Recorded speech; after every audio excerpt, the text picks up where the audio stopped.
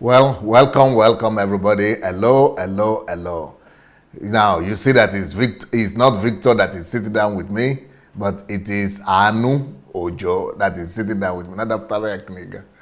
We are going to be talking today about even though I don't know it's a glove now. We are going to be doing a special program today, and this program that we are doing today is dedicated to Nigeria, and the topic. And the topic of today's program is how the Nigerian economy can overtake the American economy. That is not the book you are seeing right there. I have a book on the topic. This is the book here. How the Nigerian economy can overtake the American economy. It's like a fantasy. It's such a fantasy to a lot of our Nigerian people that I've not met anyone that has read this book. And so when I heard that Anu read the book, I said, no, we have to talk about it. We have to show Nigerians what is in this book. This book will probably be the most important book that you have read. At least it's going to be one of the most important books that anybody has ever read. You will not believe it. Please believe me today. Don't say I don't want you.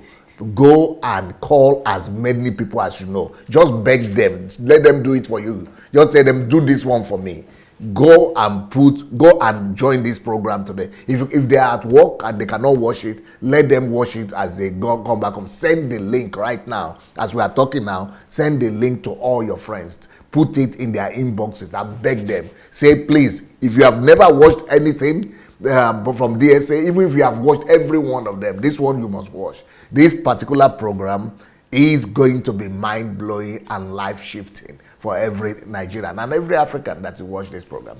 I don't know how much you agree with what I said. Pastor, thank you so much for another opportunity to be on your platform and to talk about Nigeria and using this book as our basis for our discussion today.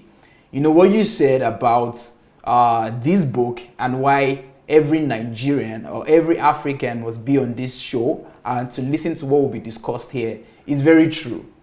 I've heard you talk about this book before, announce it during some of your programs that, well, this book, every Nigerian must read it.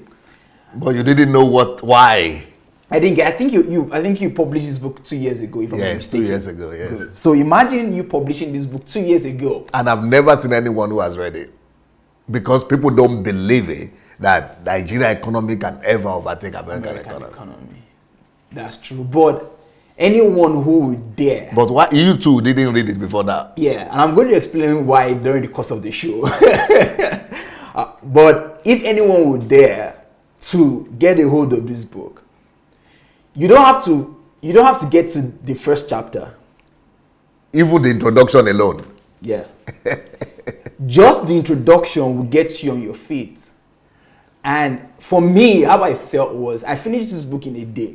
In a day? Yeah. How I felt was I have to keep reading. It was I cannot put it down. I couldn't. That was how I felt when I started. That is what I'm trying to tell them. This book, you will cry, you will be happy, yeah, you will be excited. Mixed feeling. Yeah. You will feel like feel like tearing everything around yourself, walking about, standing up, sitting down. I don't know what you are feeling. Mixed feelings. First, it was with, I first started with shock, with some discoveries of some facts that you presented in the book. I'm like, the first shock was $20 trillion. People might not understand that, but $20 trillion. And I'm like, whoop, is a lie. This can be true. Then from shock, I was like, wait, and Nigeria still exists till today? And Nigeria has not gone into extinction? I'm like, no, it can only be a miracle. So it was from shock to like amazement that Nigeria is still thriving today. Few weeks back, it was said that the Nigerians economy has gotten higher than South Africa. And I'm like, because I just read the book last week actually. And I'm like, so Nigeria is still able to even thrive with all of these things that have gone wrong for the past years in Nigeria. And then from amazement, I was like, Hope. yeah, okay, yeah. This book, the title of this book is not a fluke. No, because people were thinking I wanted to sell book. No, it's not a fluke. From the introduction, you would discover that the title of this book, How the Nigerian Economy Can Overtake the American Economy, you would see it clearly that this is no fluke.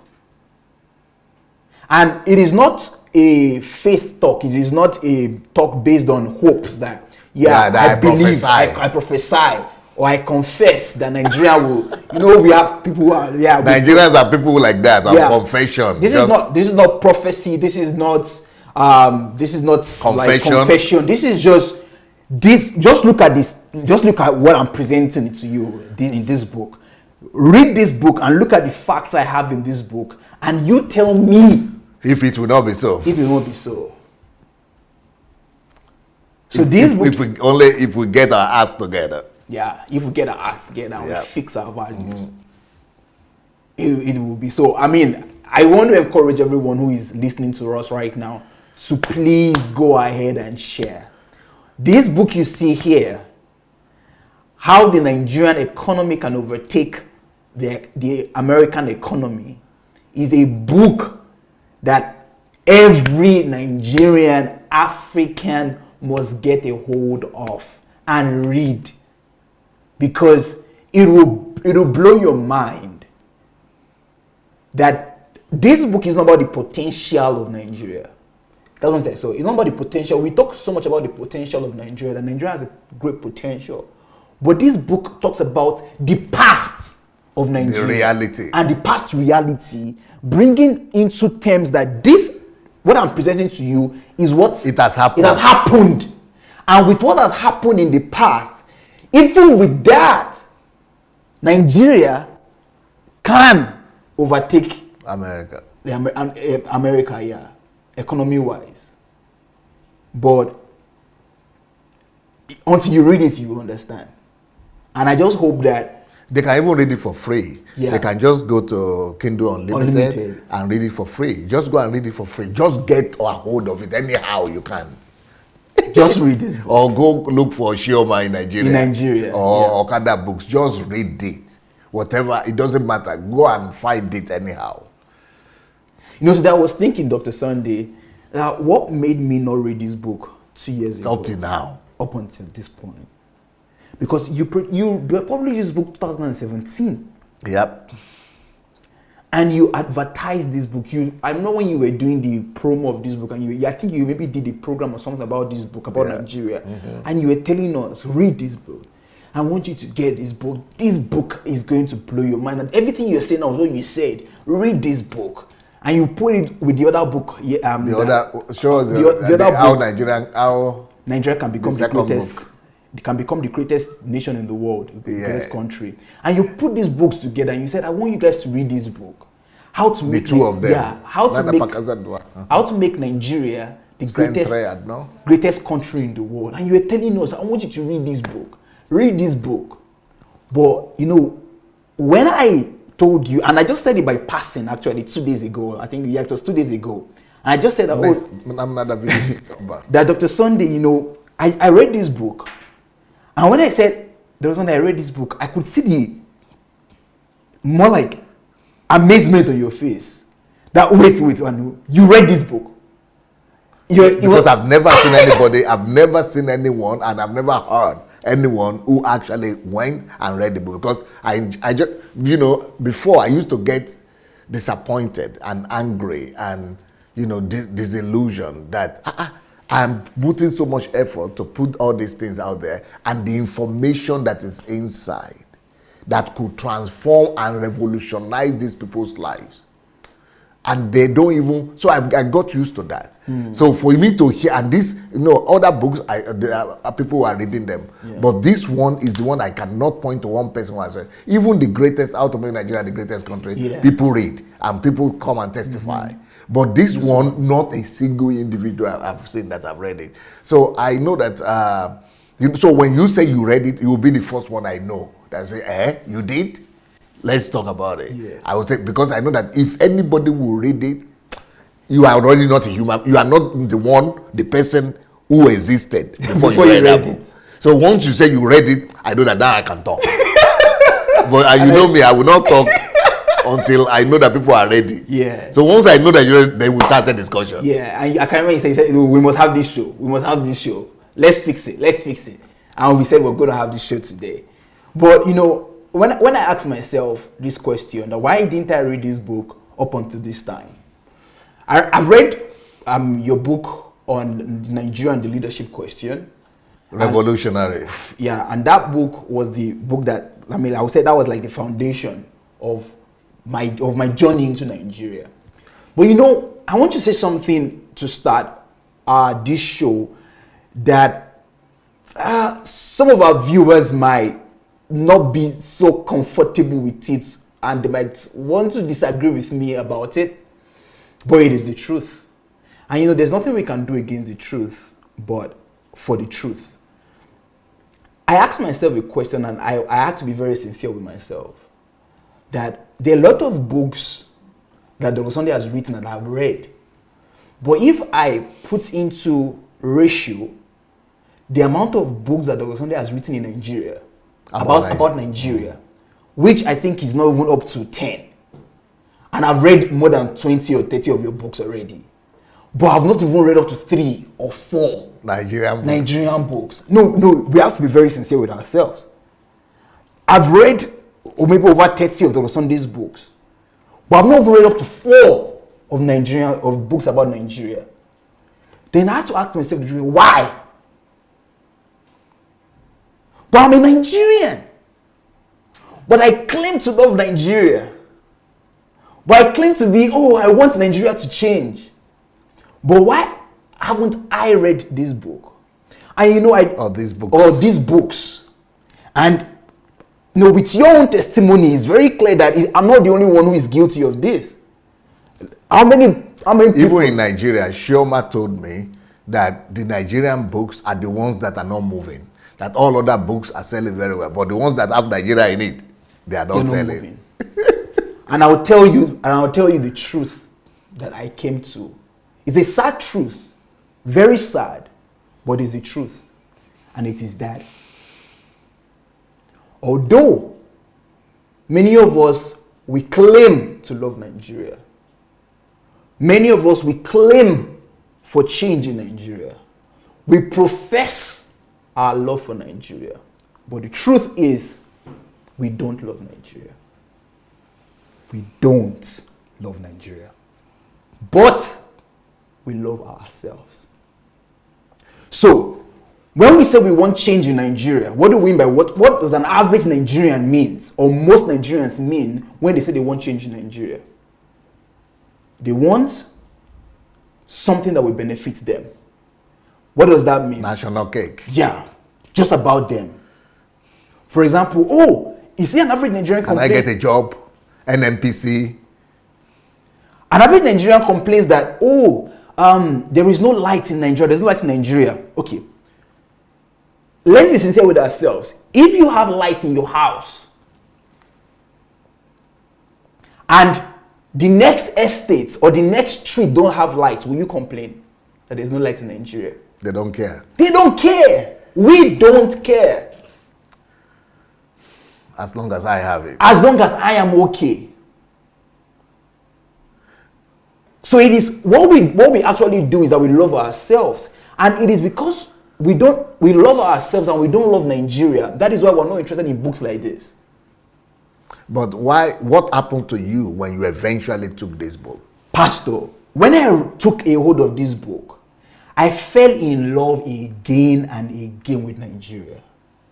Because, you know, I've come to that realization now that I'm not just a Nigerian by birth, and that it was not an error for God to send me to this world through Nigerian parents, and that my destiny and my calling is in connection with the land I was born into. So, and that has been over the past year. Yeah, but I want you to focus on, because we are pointing On them to this the book, book, yeah. and we are telling them the title, How the Nigerian Economy Can Overtake, and they have all been seeing it, and Yeah. they have never read it, Yeah. and they have never touched it. So what happened to you? When I read this book, Dr. Sunday, the truth about it is, like I said earlier, I couldn't drop the book until I finished the book. I got so emotional about Nigeria, and I got so passionate about Nigeria. I saw that there is no reason why Nigeria shouldn't be one of the top leading nations in the world. There is no reason why we shouldn't be amongst the top leading nations. There is no reason. Everything that this book gives in details, the statistics, the facts, the history, the figures, it just shows that every Nigerian who gets to read this book would find so much succor that I'm a Nigerian, and that I have no reason to want to go to America or to want to go to Europe if only I can fix and if only we can be responsible for what this book addresses. If only we'll just take action and just say, okay, what this book is addressing, that the Nigerian economy can overtake the American economy. And I read this book and I say, okay, I want to be responsible as a Nigerian citizen to make sure that what this book addresses, we fix it. Then I don't even need any green card. I don't need a green card. I don't need to go to America. This Nigeria is my own heaven. You know, we always talk about going to a place of greener pasture. You know, there is no greener pasture than Nigeria's pasture. Because this book will just, for me, it was like, wow.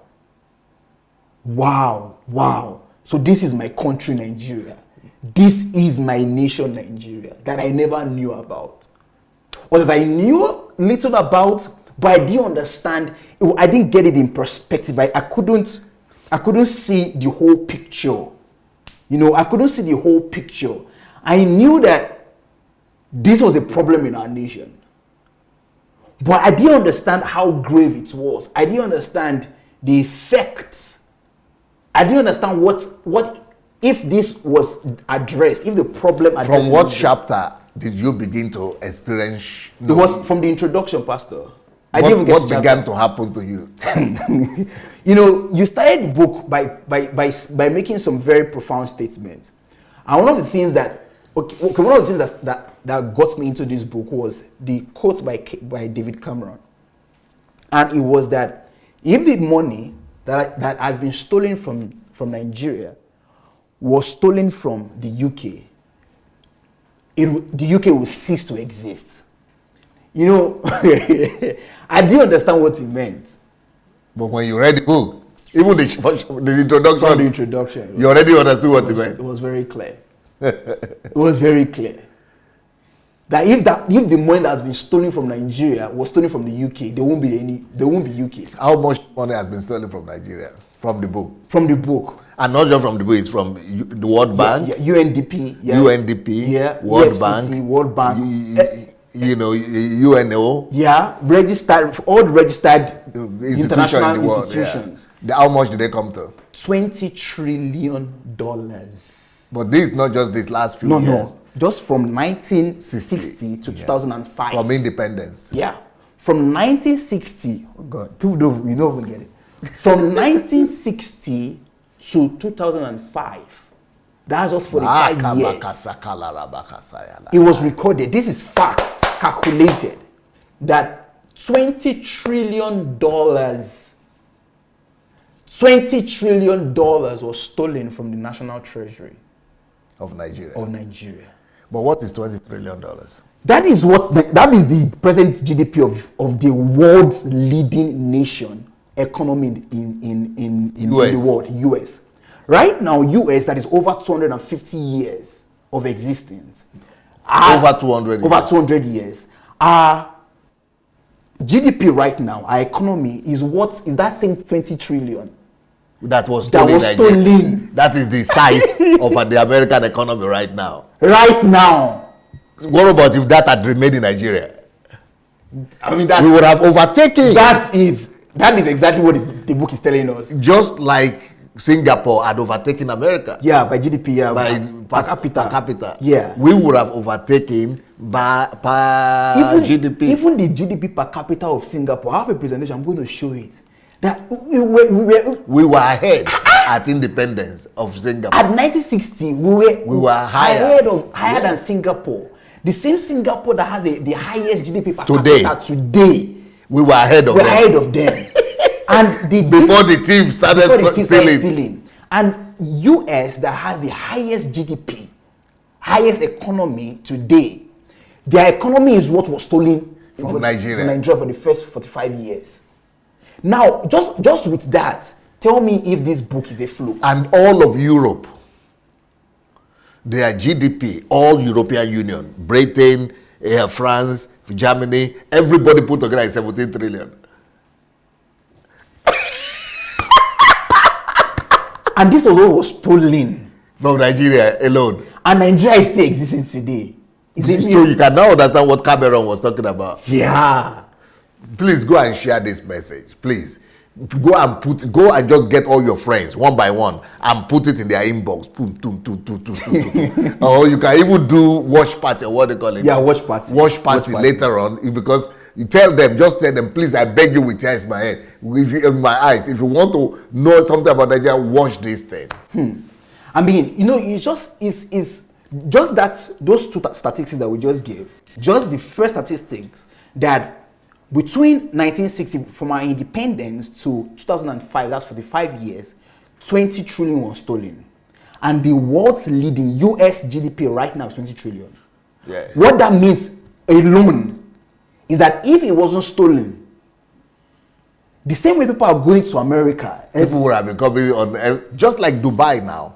Right now, Dubai is a much more beautiful, much more attractive city or country than any country, than US. But before, it was a desert. It was 40 years ago, 50 years ago. Yeah. So the same with Nigeria. Just the same way we are telling people that Nigerian Naira was higher than American, US dollars. Nobody would believe it, but it was higher. It was 1-1 to, when I left Nigeria, Nigerian Naira was 1-to-1 with dollars. But before then, it was 1-to-1 with pounds.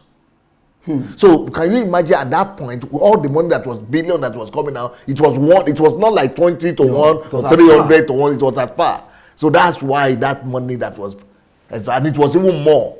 So by the time, because we were almost 1 Naira to $2. So by the time you multiply that, even if it is 10 trillion, by the time you multiply that, it was already 20 trillion. 20 trillion. That's why David Cameron, the Prime Minister of Britain, says that if that kind of money had been stolen from the UK, it will cease to exist, because UK itself is not worth that amount of money. That's why it would have ceased to exist, because it's not worth. The whole GDP, the whole wealth of the UK is less than 20 trillion. And Nigeria, that is the amount that was only disappeared. That disappeared. Without explanation. That's why our money is the one that is building that Dubai. Nigerian money is building UK itself. Nigerian money is building South Africa. Nigerian money is building Malaysia. Is building America. Is building. Nigerian money is everywhere. That's why the 20 trillion, you cannot say it disappeared. Only if Nigerians will understand this. That all that documented is in this book. I have presentation. Let's get to the presentation. No, before we go to the presentation, I want us to do something. A video. Yes. Right. Why they are going to share. Why you are going to share this message. Please go share the message. Share. While you are sharing it, I'm going to do a video about Nigeria. Patriotic song about Nigeria. That maybe you all know, maybe you don't know this song, but it's my favorite song about Nigeria. I want us to watch it. And I want us to watch it, and while you are watching it, go and do this. Invite all your friends one by one. Go and put it in the inboxes of your friend. And by the time we come back from that video, Pastor Anu will show us the statistics from this book. and your eyes will be open like this. Your eyes will be jumping from your head to from your eyes to your. Okay, let's see the video. Okay, should be the maximum Chromecast.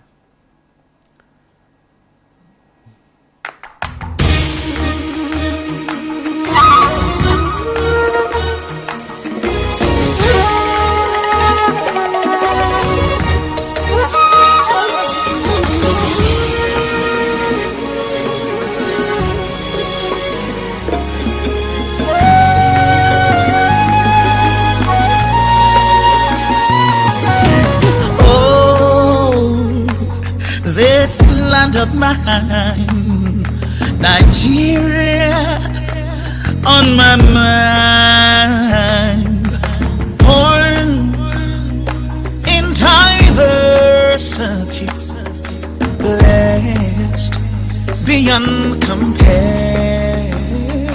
Ooh, through these 100 years, our struggles and through all our fears, we're strong in our unity. Peace, our destiny. Here we are. Standing tall. We're standing tall. Standing tall. We are one. We are 100 years of unity. Nigeria. We will stand. We will stand. Oh, this land of mine. This land of mine. Nigeria. On my mind. On my mind. I pledge to you my loyalty, my love, my ability. Ooh, and as we celebrate ourselves, we shall be dedicated to serve a new Nigeria, for a better land for all. Here we are, standing tall Through adversities, we are one. 100 years, unity, Nigeria. we will stand on the mountain, shouted in the valley. Nigeria has come a long, long way, and a journey to our future Of brighter and better days. Together we will make it strong and invincible. We are on our way. Oh yeah. One nation, indivisible. Nigeria Oh is yeah. here to stay. We are standing tall as a nation. Standing tall Through adversity, we are 100 years.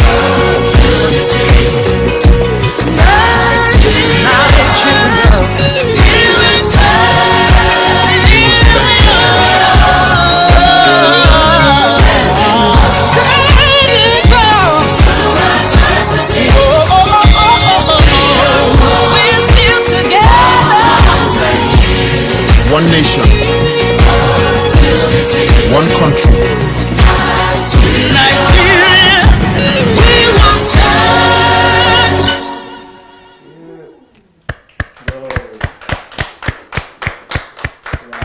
I will not. In my own lifetime, I'm just looking at these people and I'm saying,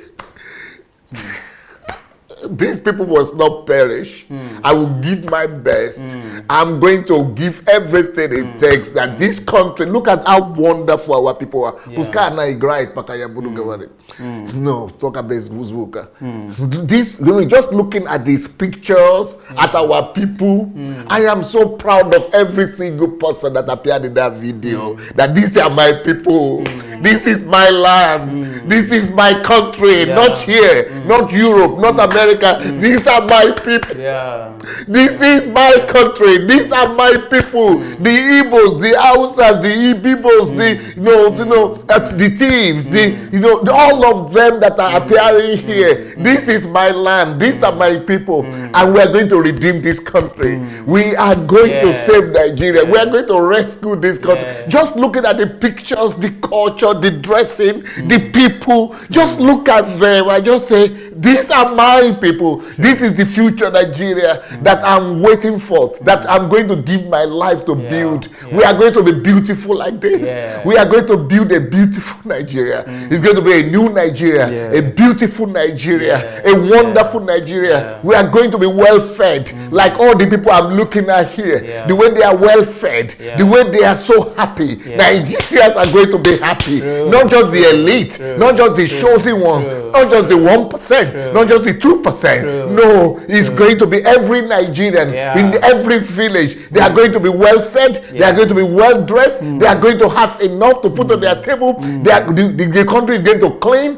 it's going to be clean like we are looking at. The factories are going to work, the industries are going to come alive, the cultures are going to blossom, all the various nationalities and tribes are going to come together into one. Our old people are going to be proud, they are going to be taken care of. The old citizens, the pensioners, they are going to enjoy their old age. We are going to make it happen. Just like all these people that we are looking at right now. That is the Nigeria that I dream of. And that is why I'm going back there. I am going back there. And we are going to give our, if necessary, I'm going to give my life. I'm going to be ready to die. But for Nigeria, if that's the price going to take, I'm going to give it. For Nigeria to be restored, to be a country of dignity and unity, and a country that is totally redeemed, that is totally restored, a country that is healed, a country that has harmony, unity, and that has prosperity, and that is just like in this video. I just felt like hearing that video again. I don't know of you. Yeah, we can. You can do it again? Yes, please, can we start all over again? Start the video, assure us. Start the video all over again. I mean, it brings a picture of the Nigeria we dream of. Of the Nigeria we dream about. Let's have a look at that video again. That's why I said go and share this video. I said if you've never watched me again, this one, make you go beg your relatives and family. Let them come and join us this time. Okay, here we go. Ooh, wow. What a video. It tells you about the best about Nigeria. Okay, drum music.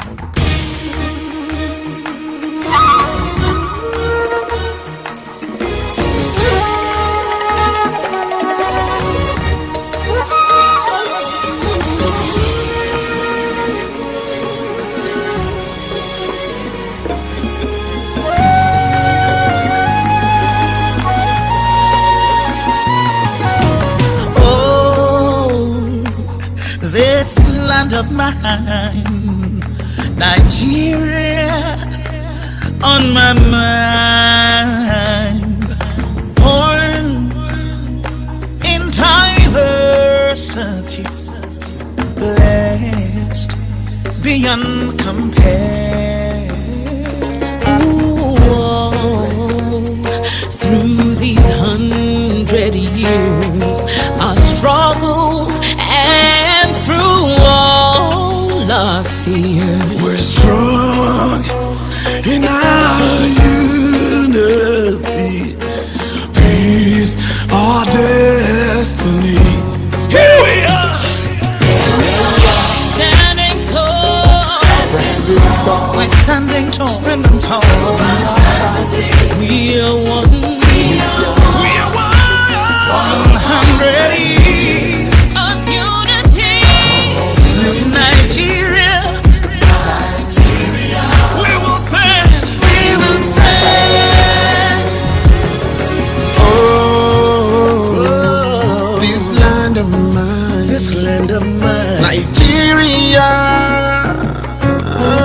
my mind. I pledge to you my loyalty, my love, my ability. Ooh, and as we celebrate ourselves, we shall rededicate To serve a new Nigeria, for a better land for all. Here we are, standing tall Through adversities, we are one. 100 years, unity, Nigeria, Tatted on the mountain, shouted in the valley. Nigeria has come a long, long way. on a journey to our future. Of brighter and better days. Together we will make it strong and invincible. We are on our way. Oh yeah. One nation, indivisible. Nigeria is here to stay. we are standing tall as a nation. Standing tall through adversity. We are 100 years.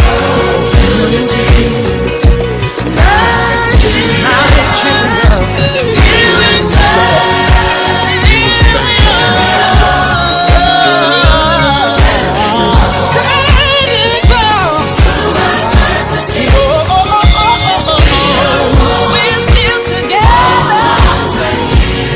One nation, one country.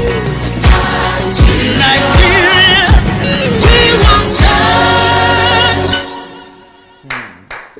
Yeah, we will stand.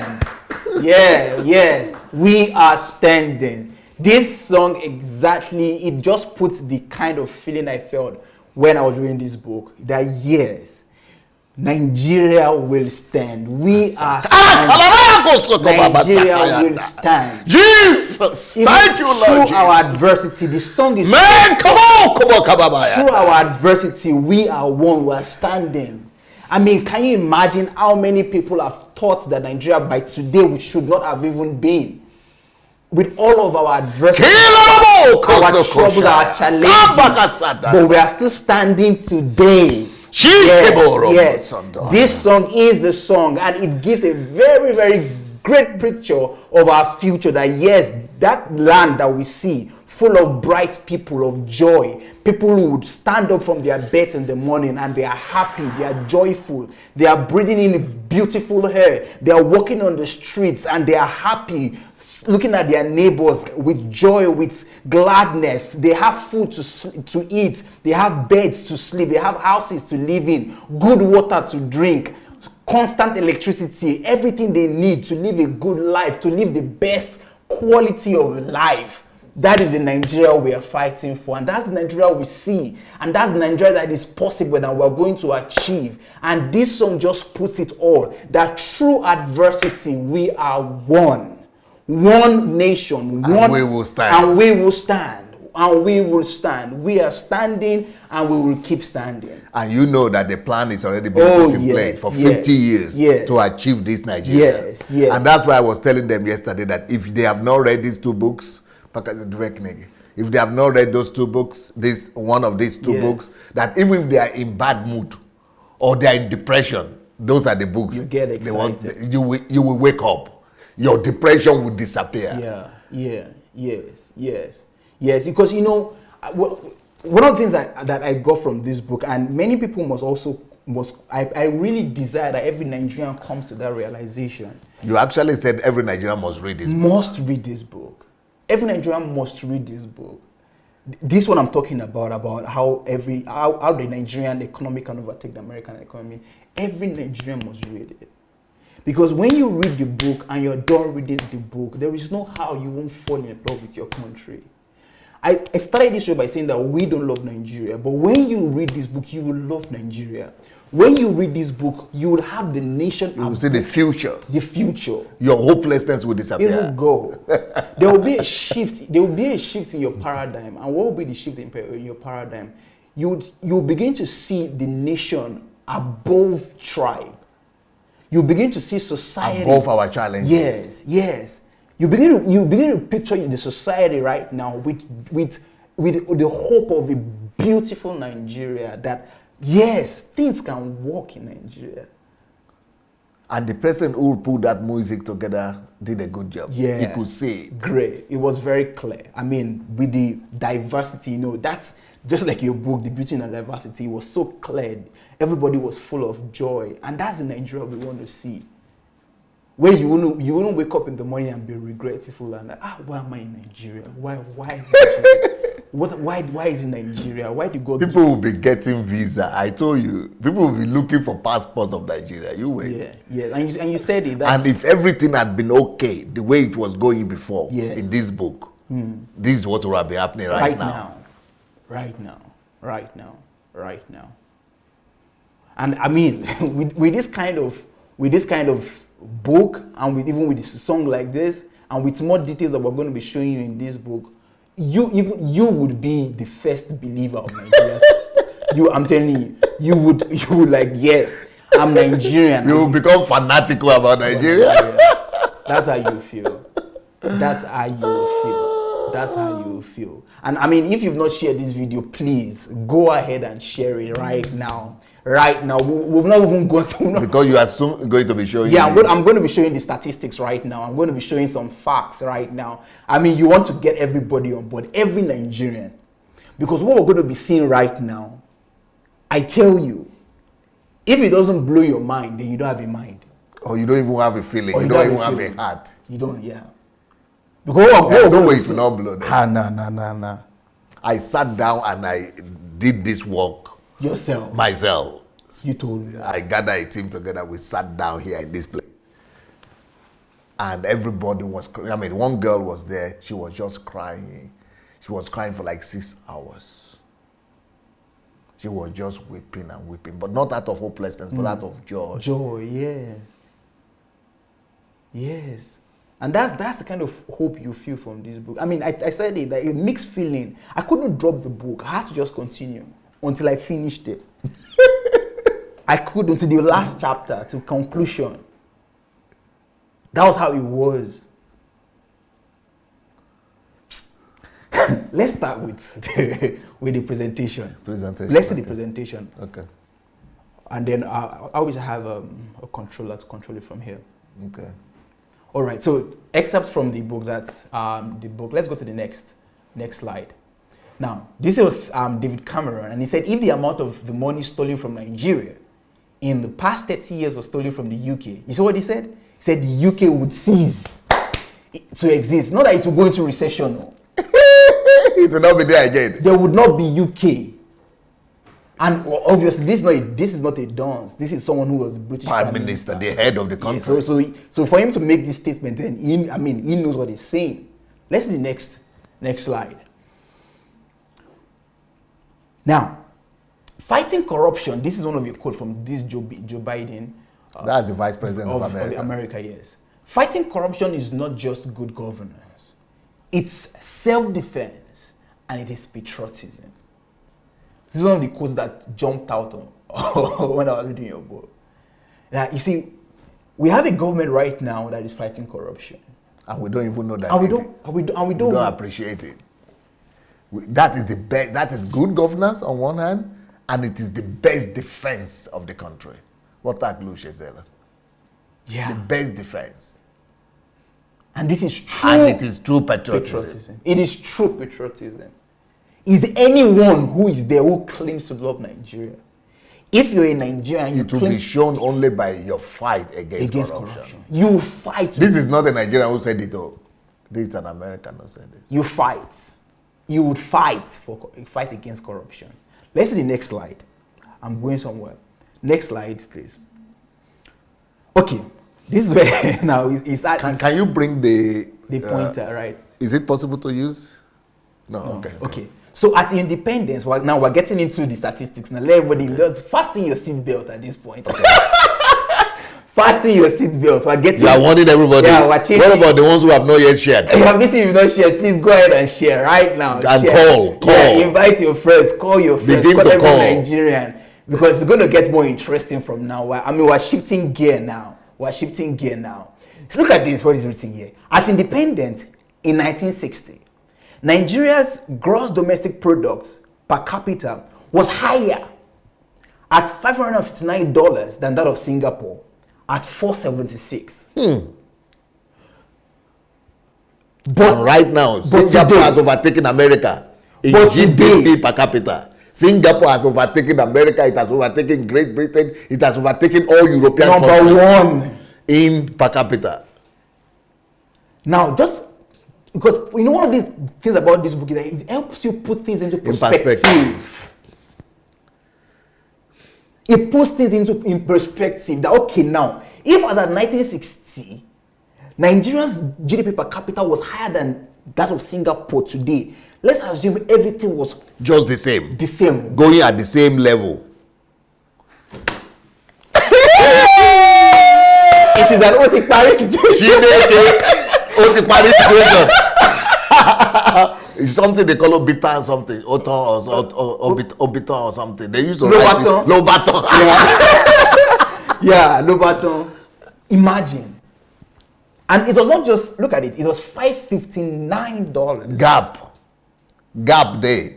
To 476. But today, Singapore that we were higher than is the leading. So imagine, that means today we would have been the leading country in the world. That's why I said that there's no reason under the earth why Nigeria is not number 1 nation in the world. And it will be. This is just one fact. This is just one. Continue. Let's continue to the next one. No, you didn't finish it. Okay, let's continue here. But today, Singapore's GDP per capita, this was as at 2016 though. Yeah. According to the World Bank report in 2016, has grown to $55,182. Why Nigeria is less than 3,000? We just remain stagnant. Okay, let's go next. on. Now, this is another fact. Mind-blowing fact. Another fact. Okay. It says about 20 trillion. People don't understand what trillion means, but wait.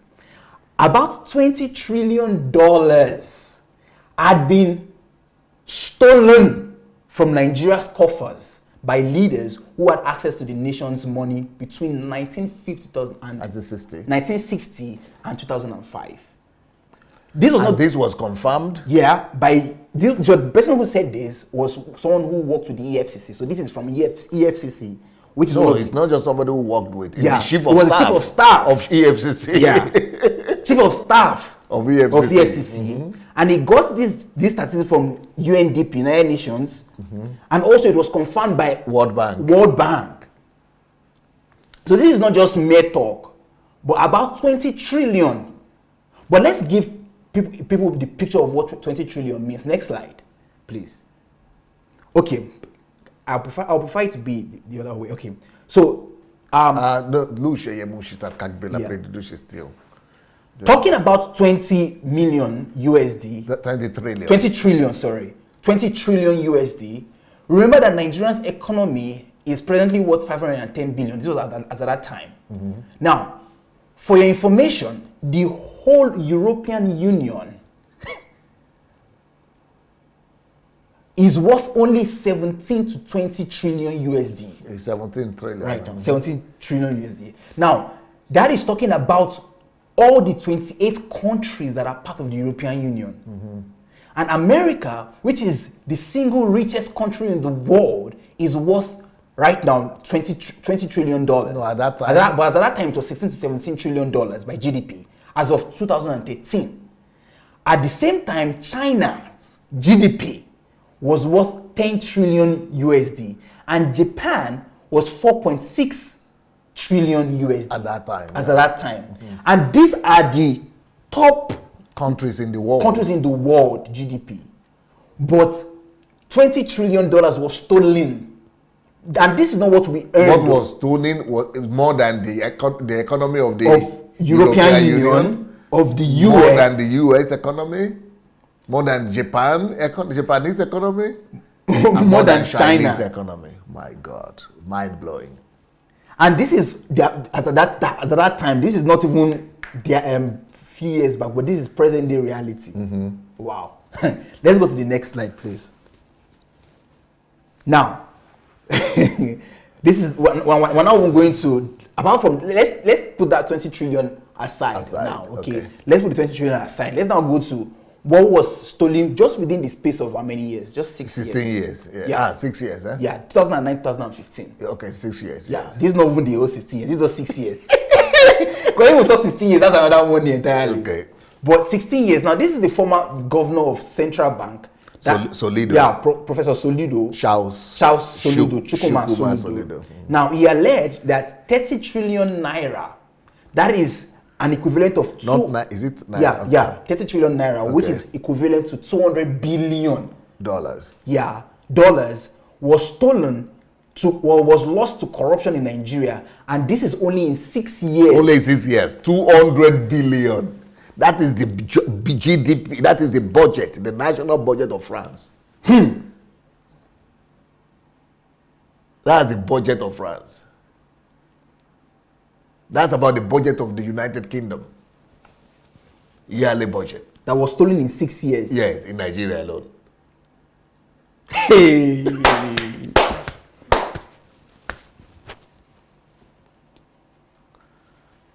$200 billion USD in 6 years. And what even blew my mind was this money was just. And this is the chairman of the central bank, or what do you call it? Of Central Bank of Governor of Central Bank of Nigeria. So he knows what he's talking about. The governor. $200 billion USD. You said what blew your mind was? I said what blew my mind about this is that this money, when it was calculated, it was just what came from just one sector. Only one sector, only from the oil. From the oil. Only from the oil. Only the oil. You see, these things are in these books, and people don't even know. They don't know.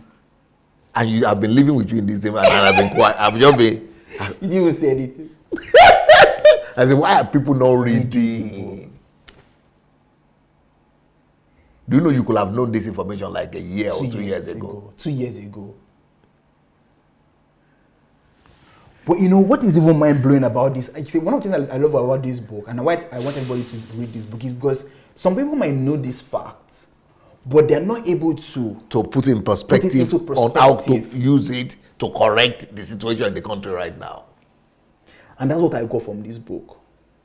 And then also juxtaposing this amount of money with other nations. What does it mean? Okay, what does it mean that Nigeria lost, or 200 billion was stolen from Nigeria's economy within 6 years? What does that mean? Do you have a slide? I have it. Compared to other countries that Next slide. Let's see. Okay. Let's see. Next slide. Okay, but this is me breaking down. This is me breaking down how the 200 billion. We'll just see it. Okay. Let us take. Now, this was 20 billion that was missing under the NNPC. This was what Solido alleged. Solido alleged. But this is just the 20 billion. This is not even the 200 billion. This was what this young man, Sanusi. Yes, Sanusi. Yes. He brought up a case against the NNPC that they lost, that 20 million was taken. But 20 billion was taken. Let's read it. Let us take the 20 billion that was missing unaccounted for under the NNPC coffers since 2012. Now, if we make these calculations for 18 months, we have a staggering $1.1 billion missing monthly. 1.1 billion that was missing every month. Dollars. Being stolen every month. $1.1 billion every month.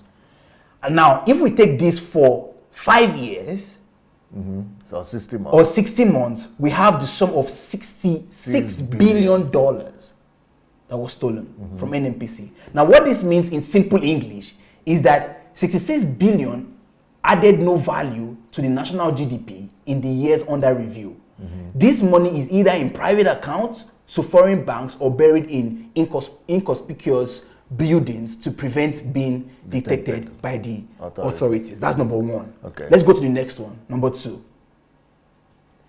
Taking the former Edo State governor's claim, this was Oshomole's claim, that $30 per barrel above budget benchmark of $79 not accounted for. So the barrel was sold at 39, but the actual price was 79, but it was not accounted for. Now, this means that for excess crude account, we have a total amount of $27 billion in the period under review. We're supposed to have. That we're meant to have, but we're having 3. But we're having 3 billion in the excess crude instead account. of having 30. 27 was missing. Yes. 27 billion was missing.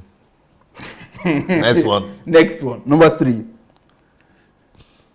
The subsidy probes, okay, in the House of Representatives have reviewed that. These things are in the book, or? Yes, they're all in. All these are excerpts from the books. Okay.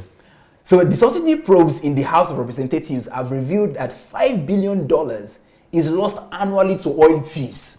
These are oil thieves. These are the things they were saying they do in River State. Yeah. They are bunkering. Now, discipline means that $0.41 billion was lost monthly. That's just to oil thieves. People are just taking the oil money. Now, if we take this average for a period of 5 years, we have how much? 25 billion. Another 25 billion. Okay. Next, number 4. The subsidy probes have also revealed that $1.5 billion were lost to suspicious waiver on petroleum products in 9 months. 1.5 billion in 9 months. Now, when this is calculated over the period of 5 years, this is 9. I have another 9 billion. 6 billion. Okay. Next, number 5. Now, the 2011 subsidy scam reveals $6.8 billion was lost in revenue to unscrupulous and phony marketers and corrupt government officials and their cronies during this period. This is another money that was lost. Okay. Then number 6, I think this will be the final one. Now, lastly, we must not forget the Malabo oil scam of 2011. With Atiku. Yeah, with Atiku. Now, this cost the nation the sum of $1 billion. Now, these figures calculated at their minimum possible values shows that a total probable missing stolen money or stolen oil funds in 60 months over the period under review was $142 billion. That is what we could calculate that from the newspapers. Just by calculation. Not the 200 that Solido said from his own calculations, from knowing the figures, being the governor of the central bank. But this is just by looking at the newspapers. So it comes to the same thing. Yeah. Okay. So this is what it says. Let's go to the next slide. Now, I want to put this into perspective. Okay. So you see, it's about perspective. Okay. What does that $200 billion that was stolen? What does it mean? What does it mean? What is 200 billion? I don't know. It's just figure. What does that mean? Let's go. See. Okay. Now we're comparing to nations. Now to put it into perspective, the amount of money lost in 6 years is only 6 years. Yeah. 200 billion. Okay. Is bigger than the whole economy of the country I'm living in right now. Ukraine. What Nigeria lost in 6 years is more than the whole country. Not their budget, but their GDP, their whole worth of Ukraine. Okay. Last one is 7 billion. Kuwait, the oil-rich Kuwait. The oil-rich Kuwait. What we lost in 6 years, not the whole of Nigeria, only 6 years alone. More than the whole economy of Kuwait, GDP of Kuwait. Okay. Let's continue. Morocco that we have today. No, you jumped. Libya. Libya. That's 74 billion. We've had our own is like 3 times the economy of Libya. Hungary, which is a European nation. One of the leading European countries. So we have what we lost in 6 years alone. Yes, is more than their whole economy. The whole country. Okay. Next, Morocco, 142 billion. Romania, another European country, that's 189 billion. Belarus, 71 billion. Syria, 71 billion. Angola, 124 billion. Vietnam, 171 billion. And all of these are facts based on 2013. And what we lost alone to in 6 years, we cannot account for is more than all these countries. And our Nigerians are running to these countries now to look for survival. Anyway, before we go to statistics, let's go to one of your videos. We'll continue later on. So that we'll just give people relief. Yeah, relief. There's a video I want us to watch now. That's the first video. You know, you see, these things are in this book, so and people are passing by this book, they are not even checking it. And it's for free. You can get this book for free on Kindle Unlimited. Okay. I want to start with a video because now I want us to get something into perspective about the because after that video you will come back with even more serious statistics than this one. So let's cool them down first. Definitely. Because you know, an average Nigerian don't understand this. Because an average Nigerian would want to tell me that it is better for me to vote for a person that will steal our money and that we share our money too. So an average Nigerian is thinking of let somebody who is let them steal our money and then share to me. Maybe it will get to me. It will get to me. But they don't understand. It is at the cost of your progress, of your development, of your future. All these countries, what in these 6 years alone, what was lost? It's more than all these countries where we are all living as refugees now. Because we have shared. We have shared it. We didn't use it to develop our own country. Those people didn't share, they used it to develop their country. Let's watch the first video. This is just an average Nigerian. An average Nigerian on the street, you see. Okay. An average Nigerian on the street, and he was asked a question about voting. Let's just watch the video. Okay. And then we'll see. The first video. Pero is someone. Now, Piat, Piat. So we're going to show you the video. Please go and get the book. The book where all these statistics are is How Nigerian Economy Can Overtake American Economy. Then the second one is How to Make Nigeria the Greatest Country in the World. Okay, let's go. All right. All right, Okamuyiwa, let's change the situation of this country. Okay, sir, what will be your own reaction to the Punch newspaper this morning? Yes, my own reaction that, like what my colleagues said, that make Buhari go Daura and sit down and relax in that Daura. We want that situation to happen in this country, and then the kind of suffering where we suffered this 3 years ago, we cannot continue in that suffering again because they have steal our money and keep it. All those tarmac are eating the money, so we don't want all those things to be happening in this country. We want people to be benefit under stealing people who they will steal the money, come and share people to understand, and they were happy about it. It's not that they will just keep the money and the money is not working. All right, good question. You said something right now about stealing and sharing. Yes. Stealing and sharing, is that a right thing to do?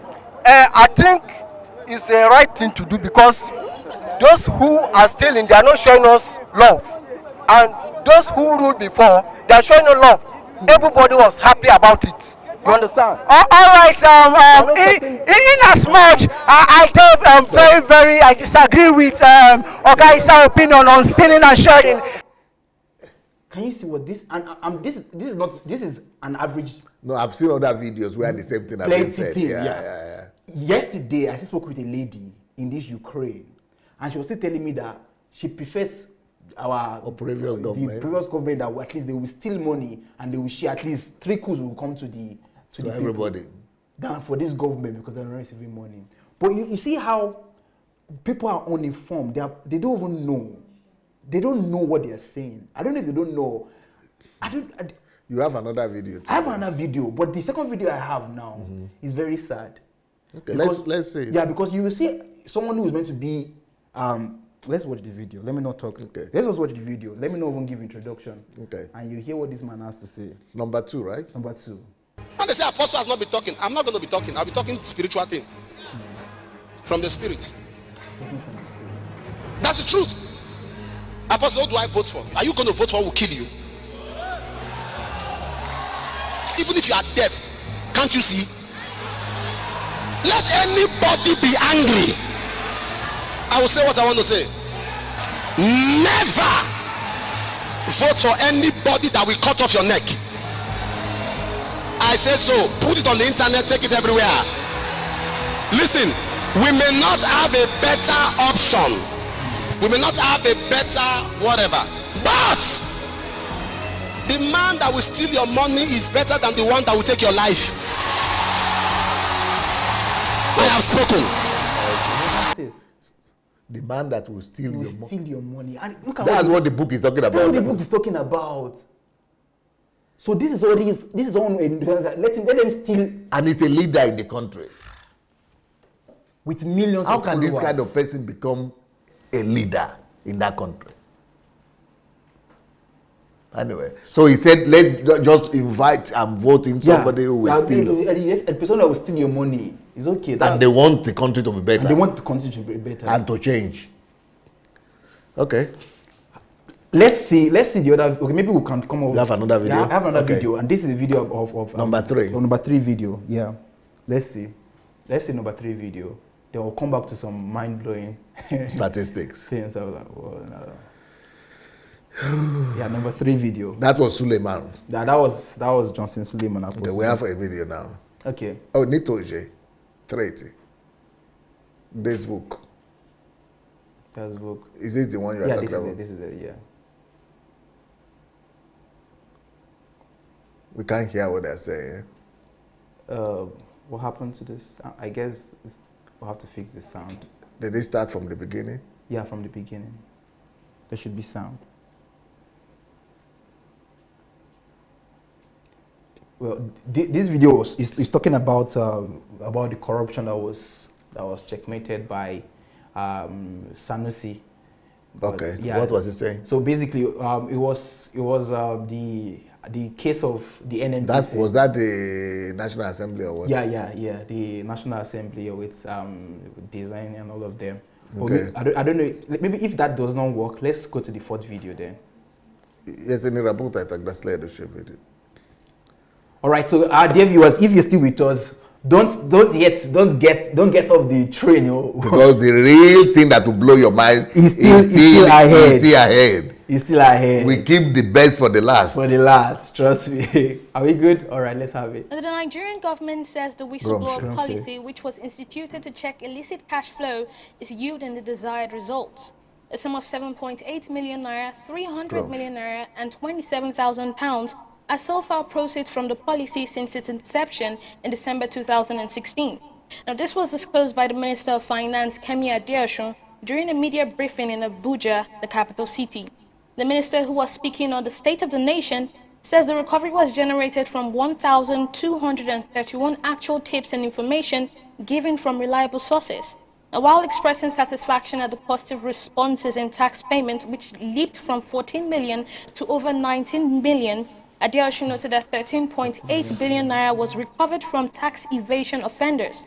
The minister, however, assured that over 400 million naira will, in this month, be paid to 14 people who gave specific information on tax evasion from companies who deliberately underpaid their taxes.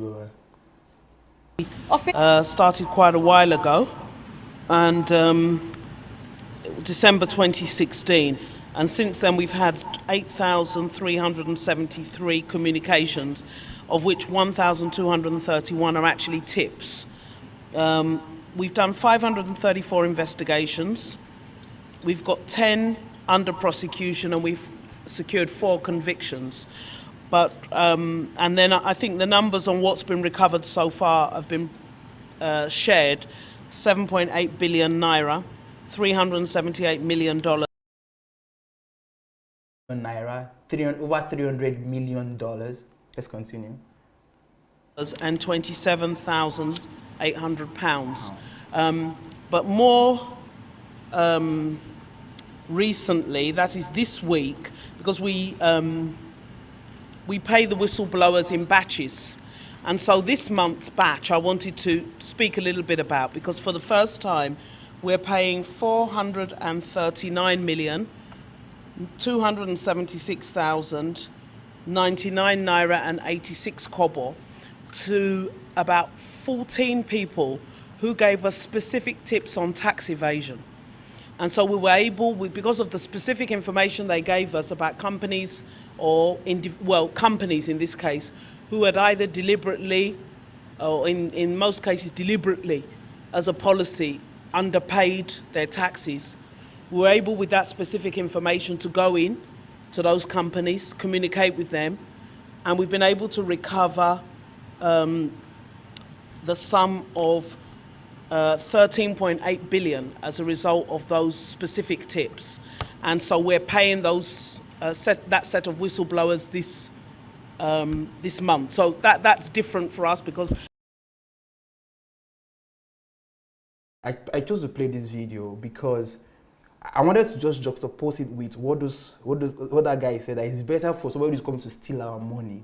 You know, this is one of the things you talked about in this book too, about what Buhari and whistleblower policy has done.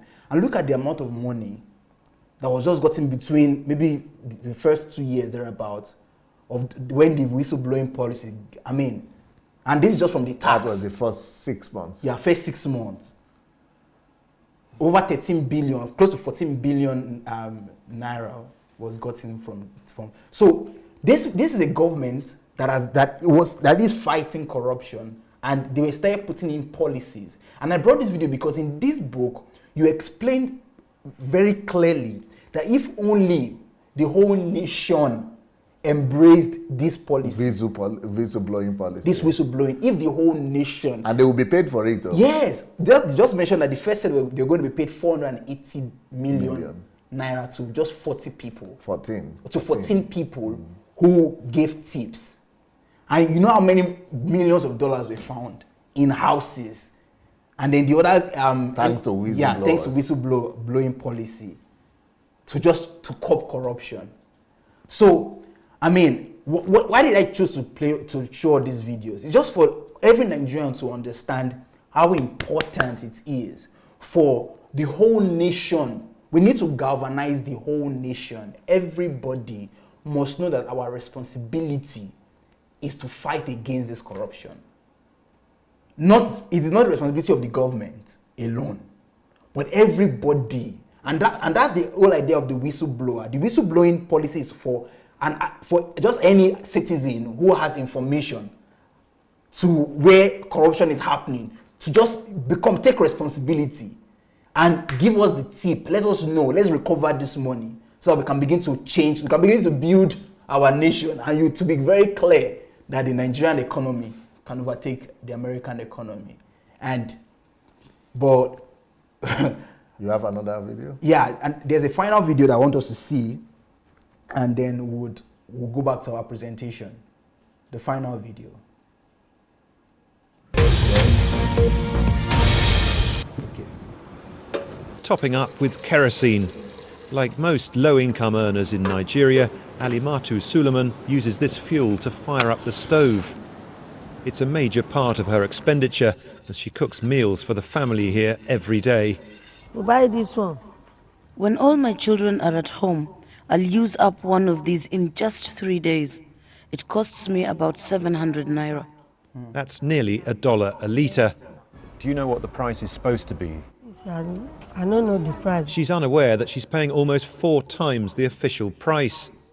The government subsidises kerosene, but the benefit is not being passed on to Nigerians. Mrs. Suleiman is one of millions of victims of what the central bank suggests is a huge swindle. The central bank report says that every month 5 tankers laden with kerosene come into the port here. But it also says that the money that's paid out in subsidies is basically a racket, and about $100 million are made for a syndicate each month. If you withdraw the subsidy on kerosene... During a parliamentary hearing, the oil minister and state oil company officials denied allegations of malpractice. There have been calls now for an audit. And from even NMPC's submission... The central bank governor, Lamido Sanusi, said $20 billion had not been accounted for. But Mr. Sanusi was himself then accused of financial recklessness and was swiftly suspended. This is not a traffic jam. It's one of the massive fuel queues that have caused misery in recent days. A further sign that all's not well in the oil sector. So they there have been numerous investigations into the NMPC, the state-run oil company. And they all point to the same thing, that billions and billions of dollars are going missing, unaccounted for. And the fact that this institution has never been cleaned up makes many people believe that those who are benefiting from the scams are simply too powerful to be touched.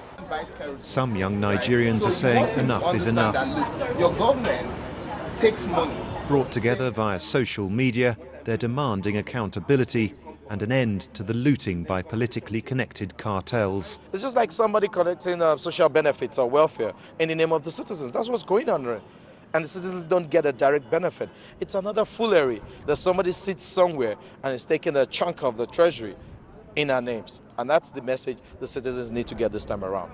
Nigerians know they're being ripped off, but there are few signs that the government is doing much to stop it. Will Ross, BBC News, Nigeria. Well, and the amount is $20 trillion. $20 trillion. That's since independence. But in our time now, the past few years, 6 years, yeah, 200 billion. 200 billion. And that is not when the 16 years of PDP passed. That's just the 20 years. Just 20, just 6 years. 6 years. Just within, just 6 years. 6 years. 1999. 200 billion. Yeah. Yeah, because the 16 years of PDP was 1 trillion. 1 trillion. 1 trillion in 16 years. No, there's no, where is it? Can't lay our hands on it. All right. Let's go to let's go back. Let's just examine the one for 6 years. Let's see what it can do to Nigeria. What it could have done, what that 200 billion could have given Nigeria. Yeah, let's go back to the slide now. Now we're getting to the meat. This is when they need to call their wives and their children. Everybody in Nigeria, especially people in Nigeria, must go and watch this. I think they are in church now. They have to go leave that church and come and put on their Facebook, or YouTube. Yeah, let's begin to see now what $200 billion could have done to Nigeria. This is what was just lost in 6 years. So we are not talking about the whole of independence. Yeah. In 16 years of PDP, it was 1 trillion that has been lost. But in all of Nigeria, it is 20 trillion. But let's just take the minimum. The one for 6 years, 200 billion. 200 billion. Let's see, next slide. Okay, I think this still talks about... Yeah, still read this too. According to 2013 World Bank report, the amount of 200 billion we lost in 6 years is 4 times the whole economy of Ghana. 4 times the economy of Ghana. 4 times that of Ethiopia. The economy of Ethiopia. 4 times the economy of Tunisia. And Kenya. 4 times the economy of Kenya. Okay. And it gets more interesting. So let me bring it closer home. To compare the amount of GDP of some countries where Nigerians now run to as economic refugees. Let's go to the next slide. Next slide. Now, they lost $200 billion. Only in 6 years? Yeah, only in 6 years. As of 2013, we're talking about 6 times the budget of Cameroon. 10 times the size of the economy of Zambia. 10 times? Lost in 6 years, oh. Continue. 10 times the economy of Uganda, 10 times the economy of Gabon, 14 times the economy of Senegal, 14 times the economy of Botswana, 14 times the economy of Jamaica, and 14 times the economy of Congo, 14 times the economy of Equatorial Guinea and Mozambique. The money lost in 6 years. Shineke, oh, Shineke. God. And people are not even knowing, they don't even buy this book. They don't even know what to do with it. But let's continue. Let's continue. Next. Now, the amount we lost in 6 years is half the whole economy of South Africa. Denmark, Venezuela, Colombia, Thailand, Austria, Iran, United Arab Emirates, and Malaysia. Nigeria is rich. Why is Nigeria, and he's still Nigeria is still standing on his feet? Still standing. Still surviving. Still surviving. Okay, let's go. Oh my! He said, "Oh my God, what a country we would have built if not for the monster of corruption." This is exactly what this book. This book is the book that deals with the monster of corruption in Nigeria. Let's go to the next slide. Now let's see 20 things. 20 things. I think if you have telephone or what you call it. Yeah, you can take a screenshot. You can take a screenshot. Yeah. Or maybe they should go and buy the book or get the book for free. For free even. Okay, let them use the screenshot, Papa. All right, let's go. Number 1. Let's go to the next slide. The cost of 1,000 megawatts of a gas power electricity plant is $1 billion USD. Okay. With 200 billion USD, that's $200 billion, we could have produced enough electricity to rival any developed country. For example, so if 1 billion is, this is what I forgot to write in the book. If 1 billion is the price of 1 gigawatt, megawatt, so we would have produced 16 with the 16 billion that was lost. Now we are still at 5. We're still at 5 megawatts. Yes. Okay, go ahead. So, for example, South Africa produces just over 40 megawatts, and also UK. We can produce 4 times that amount. We can produce 4 times more electricity than the UK. Just with that money in 6 years that was lost. And we are saying we don't have money for electricity. 4 times the size of electricity of UK and South Africa. We lost in 6 years. Okay. And with so it says we can produce 4 times that amount, and with electricity, our development will definitely be hugely accelerated. That's point. That's number 1. Number 2. Next slide. $200 billion will provide safe and clean water to the entire world for 20 years. People don't know what these figures mean, though. That's what I'm saying. 200 billion. In 6 years. That's what we lost. We lost. We have provided water to the whole world for 20 years, non-stop. And then you see the wickedness of the West, too. Because 200 billion is nothing to the West. In fact, America right now, they just budgeted 700 billion only for their wall. For their wall. Yeah. For the wall. For the wall. No, not for the wall. For the wall. security defense. Okay, wall. Okay. For the defense. 700 billion. Which, and they know they only need 200 billion to provide water for the whole world. Nobody would have been suffering. And so the callosity of Western countries is unimaginable. For the world, yeah. For with 200 billion, if you could have provided free water for the whole world, what are these European countries doing? And our own politicians and thieves, they are stealing this thing. Money. 8 billion, that's for 8 billion, for 6 billion people, right? Or 8 billion. 8 billion people. Even more than the people that are living now. We have now, yeah. Because the price for providing water for the whole world is 10 billion a year. Wow. So with 10 billion a year to provide for 80 billion people. And we have 200 lost 200 billion. We can provide for the whole world. For 10 years. For 20, Pastor. For 20 years. 20 years. My God. Okay. Number 3. Slide here. $200 billion can provide MMR vaccine to every child in the world 20 times over. So there won't have been vaccine problem in the world. No. All this one that we have a complaint of people having measles, all those mumps, rabies, all this. That's what it is. Okay, go ahead. So it says $200 billion will pay for the registration of all. Now this is another one. No? Okay. $200 billion will pay for the registration of all aspiring Nigerian youths who want to register for WAEC and UTME at the rate of 25,000 naira per student. And so let's say Nigerian youths are 70 million in number, it will pay for them for the next 20 years. Consecutively. Free. They don't have to even struggle for WAEC. And you know how many people are struggling to pay for WAEC? Even me, I couldn't pay. Next one. Next one. With $200 billion, we can sponsor the whole United Nations relief operation for 15 years consecutively. Bearing in mind that for the year 2014, the budget for relief operation was $13 billion. So we could, for 15 years, just sponsor the whole, the whole UN. And this is what we just lost. The money we lost in 6 years. We are not even talking about the whole of 40, 50 years. We're not talking about the 20 trillion that we can't even find. Where is it? Next one. Next. With $200 billion, we could feed the entire Nigerian population of 170 million people free for 10 months. Free? 3 square meal? 3 square meal. And there are people in that country who are hungry today. Okay, next one. Next, 6. You want to give us 20 points? Yeah. Okay. With $200 billion, we could sponsor all... These are all quotations from my book. From the book. It's not my... Okay. They're all calculated fast. Yes. With $200 billion, we could sponsor over 2,000 Nigerians' mission to Mars.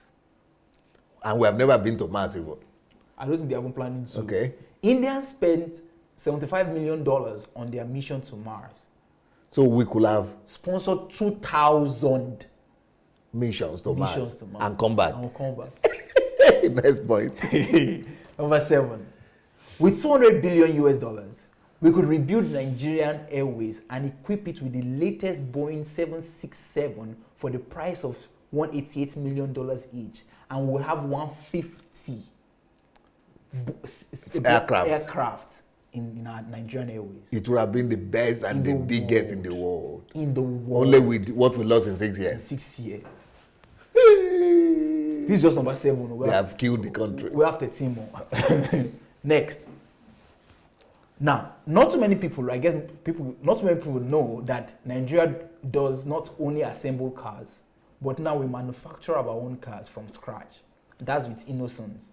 This Nigerian manufactured vehicle are as good as Nissan's, Opel, or any foreign-made cars. Now, Innocent IVM pickup trucks is what our Nigerian police uses today. At 20,000 USD per truck, we could buy 1 million brand new trucks for the Nigerian police for the next 10 years. And in such a case, crime will have no place in Nigeria. How many? 1 million cars? Just for police. Just through that money alone. Keep on going. Next. 9. When the tragedy of 9/11 occurred in 2011 in America, the whole world stood still because of its magnitude, because of the World Trade Center.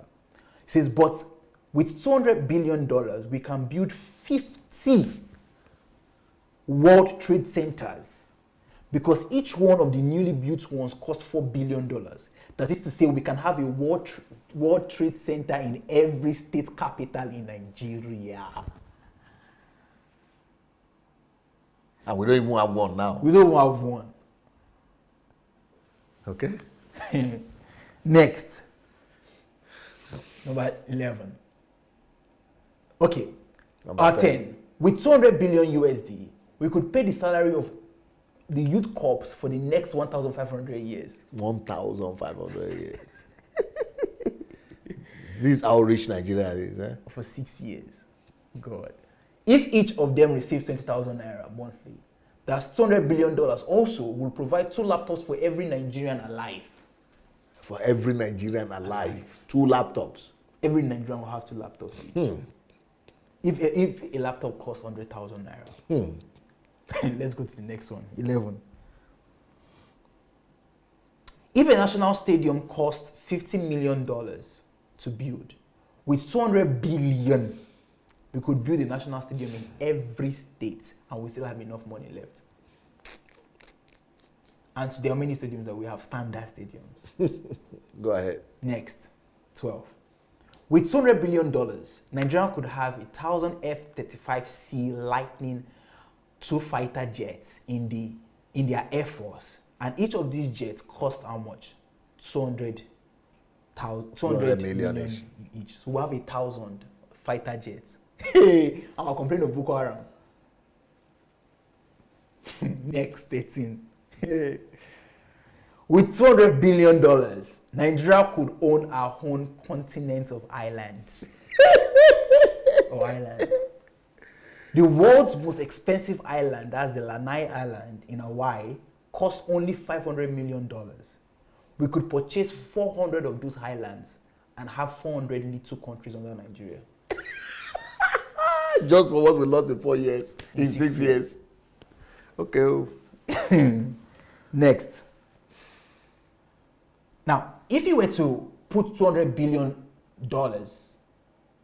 or $1 bill. You have to put $200 billion $1 bill end to end. You could make 20 round trips to the moon. 2 times. Go to the moon and come back 20 times. If you put $1, it won't pack it like this. That is how much $120 billion. 200 billion. 200 billion is. Okay. You heard me right. You may have to read that again to get what he's saying. 200 billion could have translated into millions of vaccinations for children, which could have saved the lives of so many kids today. There are too many children roaming the streets that need vaccinations and good health care and have been denied that. A lot of children die daily from common diseases like malaria, cholera, dysentery. Many are poorly fed. With $200 billion, we can turn things around for the future generations. And they will be in school, they will be fed, everything. Next. $200 billion could have become thousands of kilometers of roads constructed. Many of our roads in Nigeria are nothing but death traps. It is fast appearing that the safest mode of transportation in the country now is trekking. Yeah. The air transport system is not as safe thanks to the monumental corruption in the regulatory agencies. The rail system has been largely abandoned, and it is the best old-fashioned. The roads are not fit for modern-day transport systems. We could have turned this around if large amounts of funds have not been stolen from our And this is what Buhari started turning around little by little now, fixing. Yeah. Right. Next. 16. $200 billion could have become thousands of schools built. There are too many children roaming the streets that need to go to school today and get good education, but have been denied it. With $200 billion, we could turn this around for the future generations. 17. $200 billion could have become thousands of hospitals in every town in Nigeria. In a country where the poor lack the resources to access modern healthcare facilities, building a well-furnished primary healthcare facility in every local government and town is not too much to ask if $200 billion can be invested in it. Next, number 18. $200 billion could have become a 100% water supply in all towns and villages of Nigeria. With many dying of waterborne diseases like typhoid, cholera, and others, access to clean water in Nigeria can be a possibility if we invest $200 billion in it. 19. $200 billion could have resolved our electricity problem, giving us 100% supply to every home. It has been said that if we can fix the power sector in the country, about half of our problems have been solved. Employment will be generated, more businesses will spring up, support services for businesses will be created, and the GDP will be on the rise. Injecting the additional sum of $200 billion will make this happen. And that was what was just stolen in 6 years. In 6 years. In 16 years, it was 1 trillion. 1 trillion. In 45 years, it was $20 trillion. Okay, go ahead. Next, 20. As we speak, more than 20 of Nigeria's 36 states are presently struggling to pay salaries of workers. In fact, as I write, as at March 2017, some have not paid their workers for this year. The sum of $200 billion will pay the combined workers of Kwara, Ekiti, Enugu for a continuous period of over 60 years. If the minimum wage is $18,500 per worker and the number of workers are 1 million, need I say more? Let me, however, remind you that we're only talking about what? The money that was lost in the oil sector of Nigeria. Alone. That $200 billion was lost in the oil sector. I'm not talking about the whole of Nigeria. Can you imagine now why Joe Biden said fighting corruption is good governance? Yes, and that's self-defense. And it is self-defense. And it is patriotism. The only patriotism. So you see why I said, even if Buhari becomes impotent, I mean not impotent, paralyzed, but he can still take decision and sit down there.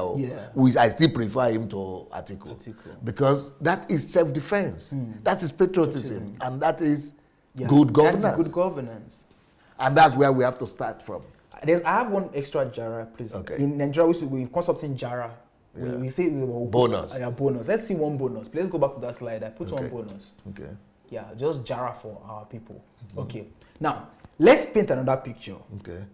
Dubai, as we have it, has become one of the wonders of the 21st century. Okay. Yes. And the wonder of Dubai itself is called the Burj Khalifa. Burj Khalifa building. The hotel. Yeah.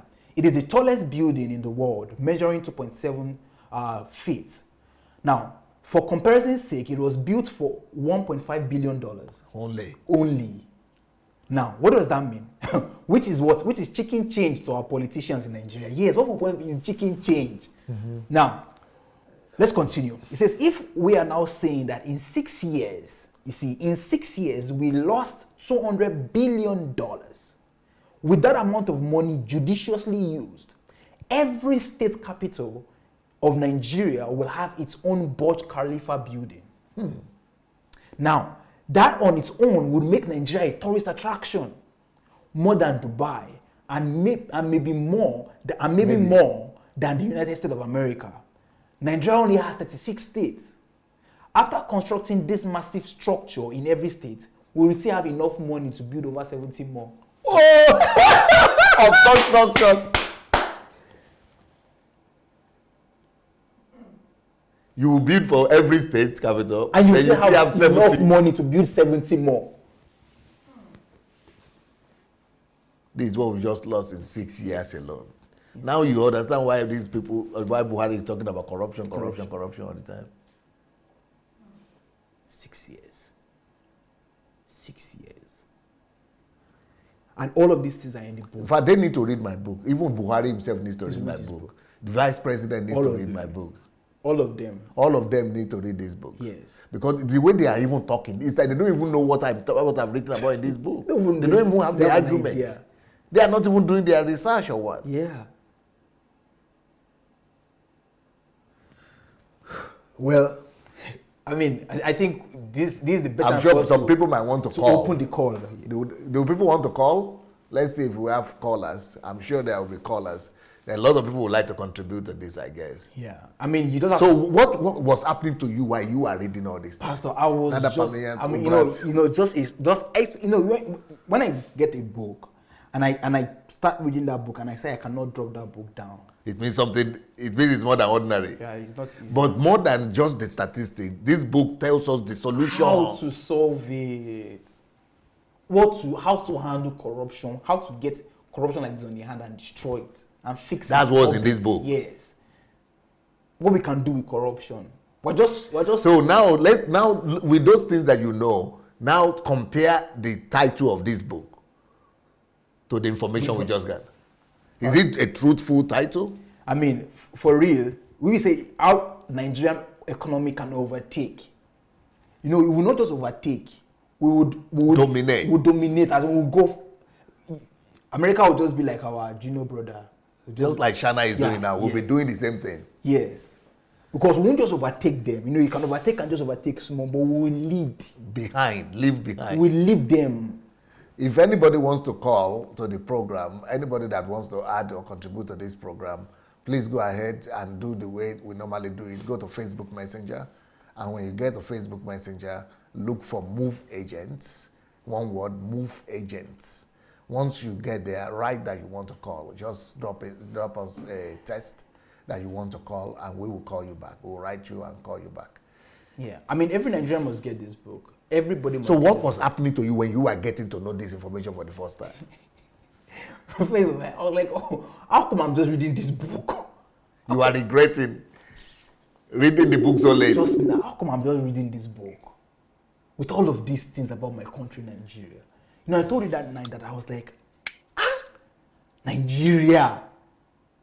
All of these things, the money, the knowledge in that book. I mean, how ignorant can we be? We're still shouting. I think we have a caller now. Hello, caller. Hello, DSA. All right. Hello, DSA. Yes, sir. Who is calling from where? This is Shiva Jamaica calling from Lagos. Have you read this book? Yes. Oh my God. You see, this is one book that needs to go to the public domain. If this book gets to public domain, I've been watching for quite some weeks now about some pronouncements by some people who will tell you that a thief is better than somebody that will kill you. Yes, I mean we played the video today. Yeah, and you know, it's I cannot even imagine Because that statement is one of the it comes out from a high level of ignorance. True. And a high level of lack of regard for the souls of Nigerians. And here is my question that I ask the people that comes out boldly to defend some of this nonsensical saying. I said, what is the greatest killer in Nigeria? Good question. Is it the headsman that has been killing the most? Let's take the journey back for the past 20 years. And I told them that, look, the person who stole your money that was supposed to be used to build your health care. Yeah. That was supposed to be used to build your roads. Yes. That was supposed to be used to give you good education, give you good water. Yes. That person has killed more people in this country than headsmen. Than the headmen have killed. Beautiful. Beautiful. That person has killed more people in this country than the Boko Haram has killed. So when a pastor comes on his pulpit and just opens his mouth and with passion and is misleading people based on emotionalism and sentiments and tell people to not vote for somebody who will steal your money, I see that as lack of understanding, and those people should not even be referred as men of God. They should not have any member.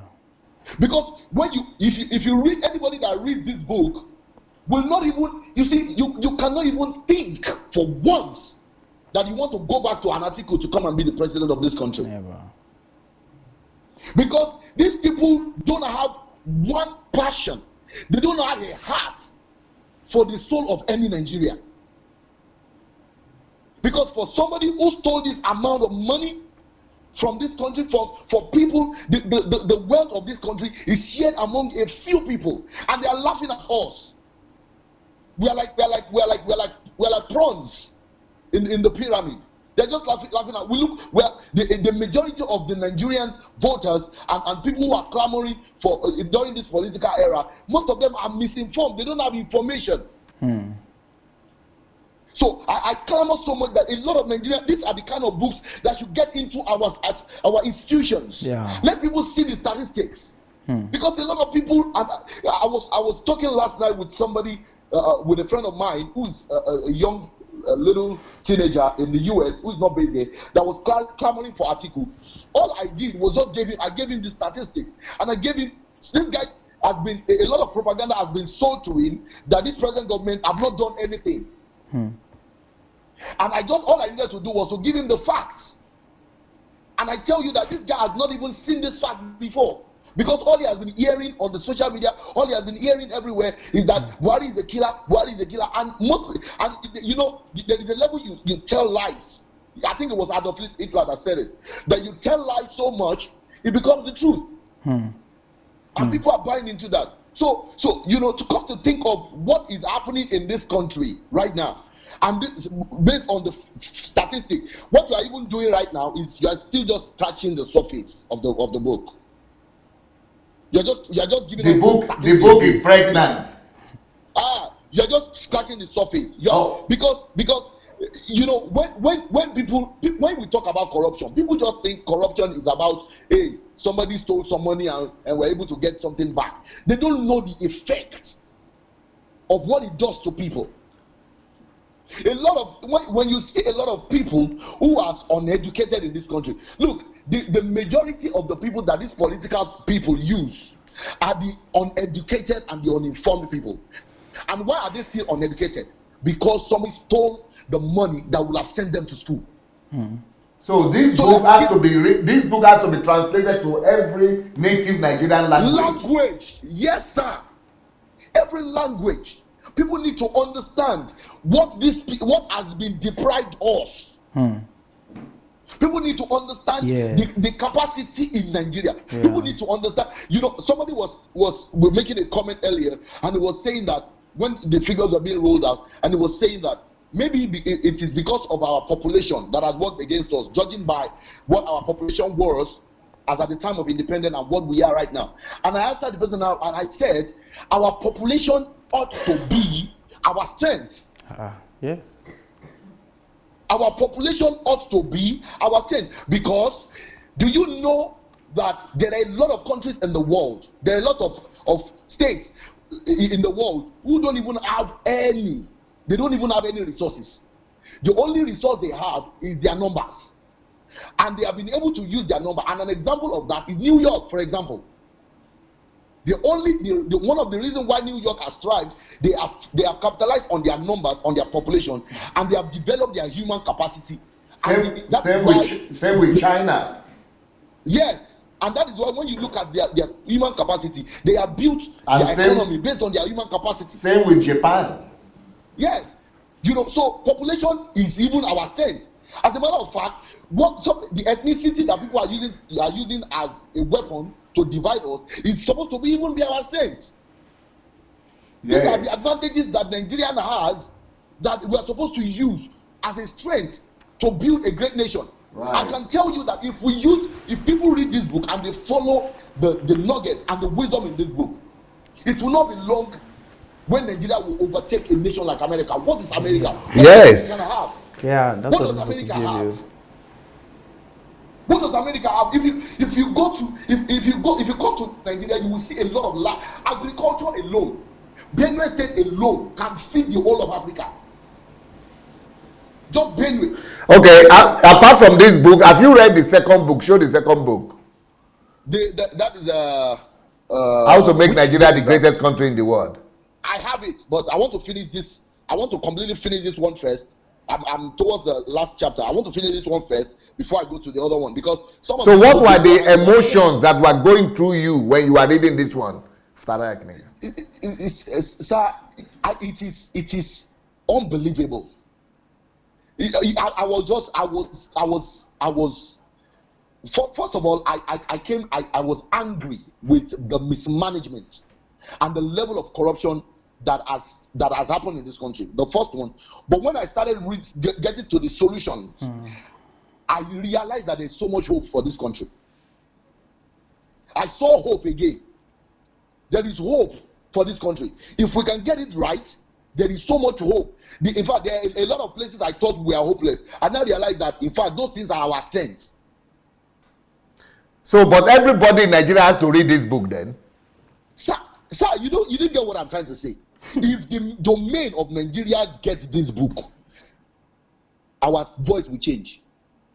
In fact, those people clamoring for the likes of Atiku, they will cover their face. They will cover their face in shame. Because a lot of people don't have these statistics, they don't have this information, they don't have this data. They don't know the kind of negotiation that has been made on behalf of Nigerians that has put us in the problem that we are suffering today. The people keep mentioning the likes of America and the likes of UK. These are part of the people that put us in this situation we are, because they are benefiting from our poverty. Nations like this are benefiting from our poverty. All the money stolen in Nigeria, some of them, a huge amount of them, is what these countries are using to build their economy. Barry said, give us our money. And so when I started reading this book, I just felt this is a book that every Nigerian, these are books that should be in our school curriculum. Yeah. People need, because, sir, let me tell you the truth, the situation of things in Nigeria, hopelessness is just the order of the day. A lot of Nigerians have lost hope in Nigeria. That is why when you go to our embassies, it is jammed. Even our politicians don't believe in Nigeria. I was asking a question yesterday. I said, how many of our elites, our politicians, how many of them, our pastors that are big men that are talking about Nigeria and are praying for Nigeria and are saying they believe in Nigeria, how many of them will send their children to school in Nigeria? Even the ones that build university, their children don't attend those universities. They say America is corrupt. Their values are poor. They need God. They need Jesus. But when their children, it's time for their children to go to university, they will send their children to those countries that are corrupt, that have low values, and they don't have God. That's where they still send their children to. Okay, thank you so much. So I feel everybody needs to go and get a hand on this book. This is in fact the more I watch this program and I've been listening to it, I'm just getting all boiled up again. Thank you so much, sir. Well, thank you, Michael. Thank you so very much. I mean, that's Michael from Nigeria. It means people should send this to all their friends in Nigeria. Everybody has to get this video. Everybody has to get this video. I mean, if you're watching us right now and you've not shared, or you've not shared this video to everybody that you have on your Facebook timeline or your please go ahead and do it. Let every Nigerian know.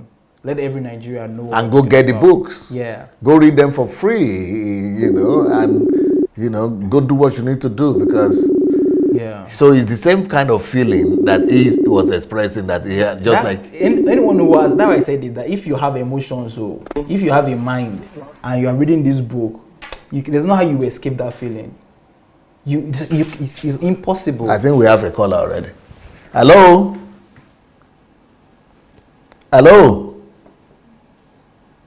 We lost him. Yeah, we lost him. There's no how you wouldn't feel that same thing. You just, and it's a book full of mixed feelings. You see, he was saying it's from joy, from sadness, from anger, to surprise, to shock, to hope. That's how it will be. It's just taking you on a whole journey. That I think the caller is there now. Hello. Good evening, sir. Good evening, sir. Who is calling from where? This is Mr. Godwin, Pastor Godwin online, calling from Italy. Pastor Godwin, how are you, sir? I'm fine, sir. It has been a long time, sir. Yes, nice to hear your voice today. Thank you very much. I was trying to see what is going on online, but I couldn't find any. I always say the past program. But I sent a message on your messenger, which is personal. It's not something that I have to disclose online. No, don't send to my you mean to my Facebook Messenger? Yes. That's good, yeah. Since it's personal question, I don't need to disclose it online. Okay. Thank you very much, sir. No problem. I will reply. I will respond to you. Okay, sir. God bless you. Do have a lovely evening. You too. Bye, sir. Bye. Okay. I have a music there. I have a song, Chairman, that is talking about this corruption. It is the same guy that sang yesterday. What was his name again? Wale Incan. Is the name of the guy Olatunji? Yeah, Olatunji something. Olatunji is a prominent. He used to be a prominent. He's a professor too. Two of them are professors in Nigeria University those days. And so they came together, the professors and the elite, and they came up with those songs. So I forgot the name. Okay, let's do the song. Man, you love me to be sure, man. You say you go try it for me. Oh, you swear you go try it for me. Oh, make me sell what tender small. Make I get small sugar for my tea.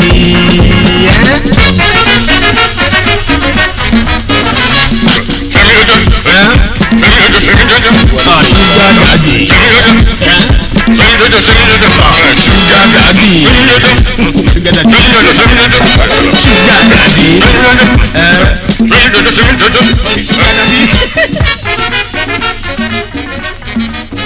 Chairman, this night I be like you. Both of you, they waka so tay. Why do they toast kings and presidents? Come on, Gary, don't become luxury. And Chairman, not to say I vex you. I be just a common shareholder. I never say I want butter for my bread. I fit to drink my tea without sugar, but Chairman, something they worry me. This naira is still be naira, so the thing 1 naira fit buy yesterday. 20 naira no fit buy am today. I never tell you the story of London airport when the customs grab your company director. 6 million naira them find inside the briefcase, crisp and new. straight from an Naira mint. Your Excellency, they give up the proper title. You be mobile bank or Nigerian mint in transit. Your director he nearly collapsed. He say, white boy, make you no waste my time. For this small portmanteau, now you they open your mouth. Now ship container, others they take load cash. London or Frankfurt to give us foreign exchange. They love a Naira, so waiting be your concern. When we've gone to our shopping to satisfy our status, minor luxury like private jets. The same Naira at double devaluation returns by container to where it started from. So we're friends with the Bank of England and all of Europe and the good old US of America.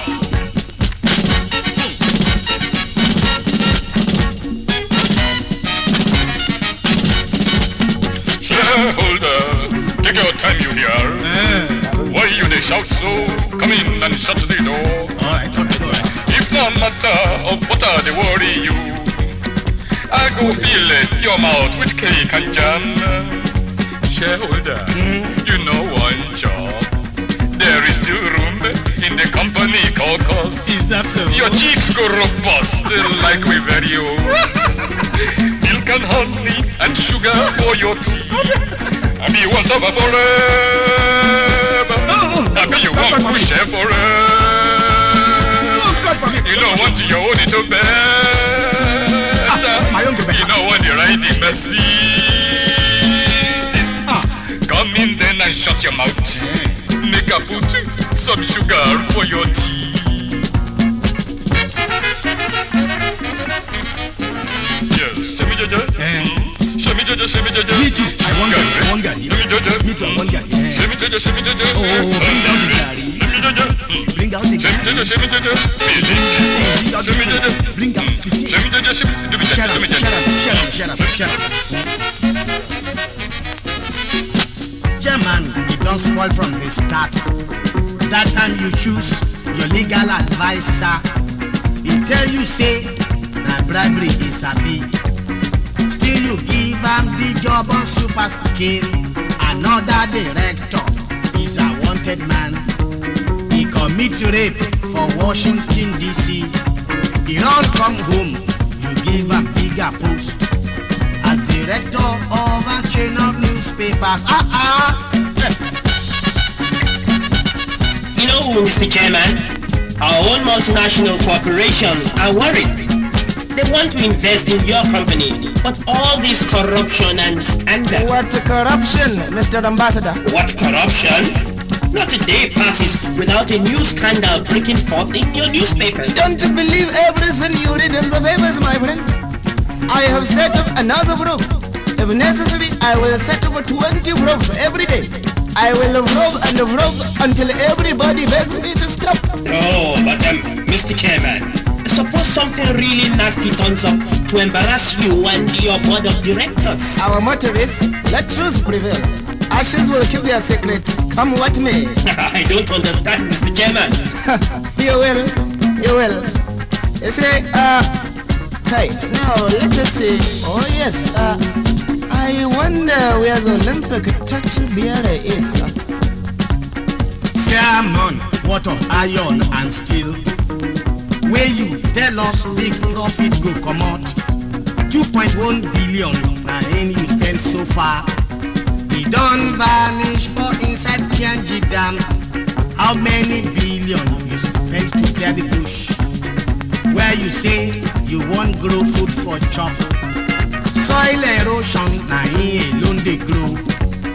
Come on farmer, do better on your own. Mr. Chairman, how are the probes going? I set up 24 new ones in the first 3 days of this week. Ours is an active word, but I hear there are difficulties. All right, so this is talking about corruption in Nigeria, and this was during the Shagari regime, and is it called the Second Republic? Drugoikad. So that is the song that Wale Soyinka and the Tunji Oyelano sang. The main singer there is the Tunji Oyelano. Two of them are professors, and They are really campaigning and. Yeah, but this kind of thing. Do you have a caller? We need actually. Huh? We need people like these musicians that will come and sing. That will come and sing. That are socially relevant. Yeah, let's do this other video again, the good one, because we have talked about corruption. Let's talk about the future of Nigeria. All right. So the second book here is How to Make Nigeria the Greatest Country in the World. I said, even if you're having depression or you're having any problem, just read that book. It will get you away from any depression you might have. In fact, you will just wake up, you will begin to dance and sing around. And then the other one, of course, that is mixed feelings. But this one will make you to jump and dance. The other one will make you to be reflective and to want to change something in Nigeria right now. Is that so? Yeah, definitely. So let's enjoy the music from Nigeria, the one that is talking about a great future that is waiting for Nigeria before we go. Yeah, so, do you know some of those singers? I know the lady, Oweno, or what they call her. Onyeka Oweno. I don't know any other person. Yeah, I know some of them like this. Are they from Nollywood or what? Yeah, they are mostly Nollywood people? Nollywood and also musicians, general musicians, yeah. Entertainment industry, yeah, most of them are. Okay. So let's do the music. And please go share the message if you are here to do it. Share.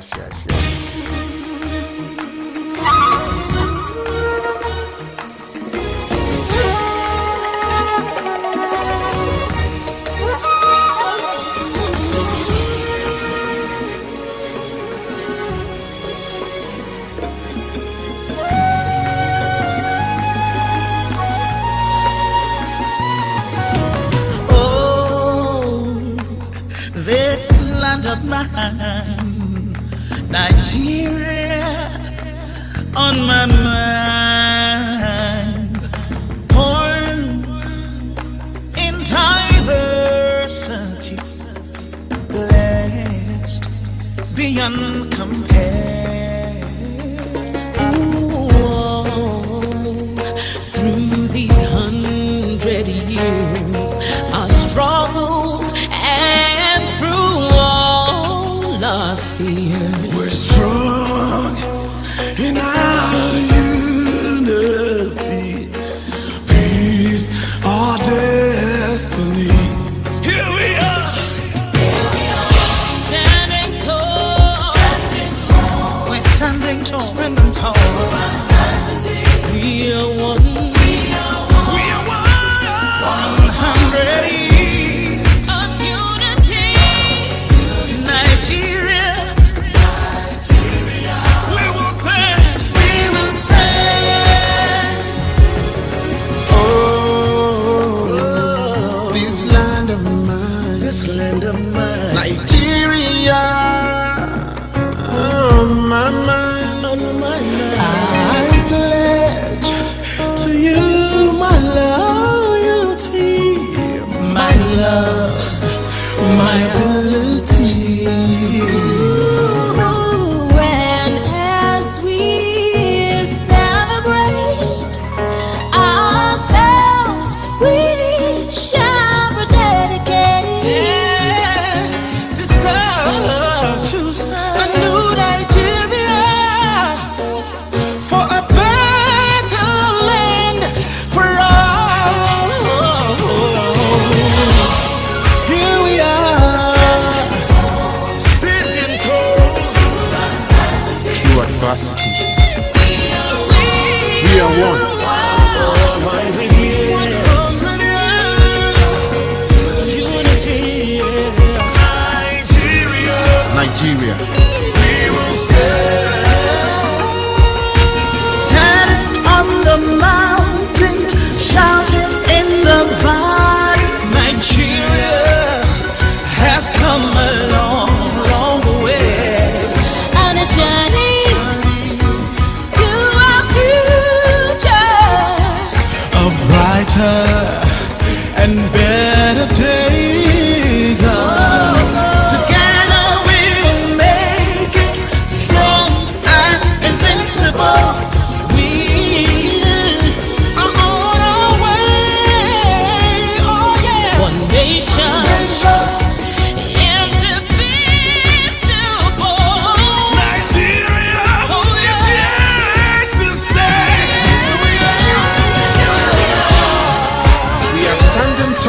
as a nation. Standing tall through adversity. We are 100 years. Nigeria, we will stand in standing tall. We're still together. One nation, one country.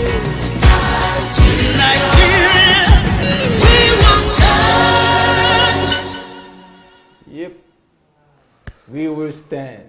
And I think this is a great program today. I think we you know, we communicated. Let's see what they would do. I don't know how many people are able to see it or how many people are going to be able to see this.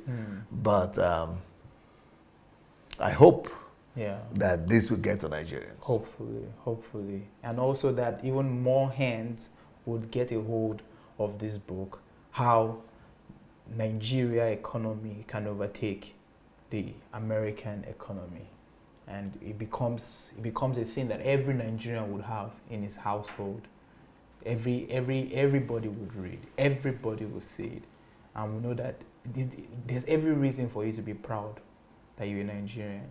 You should stand with your shoulders high, knowing that you're a Nigerian and that there is no nation in the world that is greater and better than our nation.